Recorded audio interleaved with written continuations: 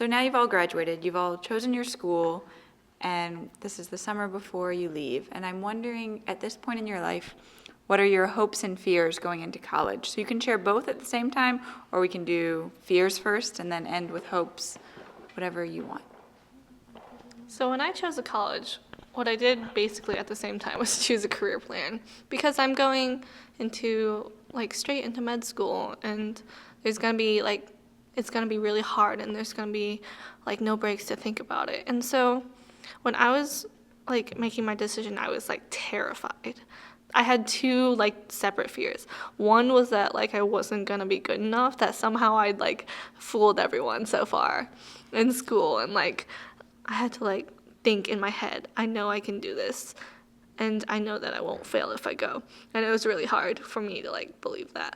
And then the second other completely distinct fear was what am I doing? I'm 18 years old. I don't know what I'm doing with my life.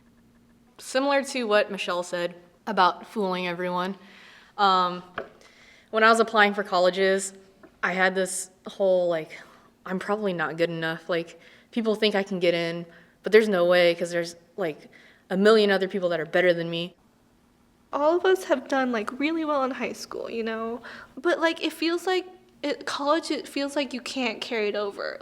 It doesn't feel related. Your successes for your entire life up until now won't matter when you get to college. Mm-hmm. And I don't know how true that is, but that's definitely what it feels like, because you're just so intimidated by all these other people that you see, and you're oh no, I can't do this.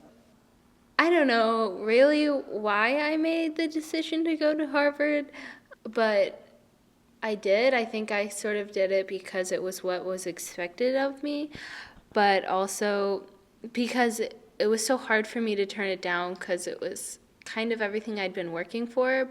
But then, of course, I was staring it in the face, and I was I don't want to do that, because I'm terrified. And, my mom's been nagging me recently, and she says, everyone else seems more excited for you to go to Harvard than you do.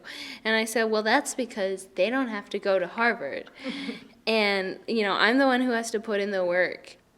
But I was reading the book, Playing Big, and it talks about your inner critic, and that's sort of the voice in your head that's always telling you not to do things and not to try for things, and it's always making definitive statements of you're not good enough.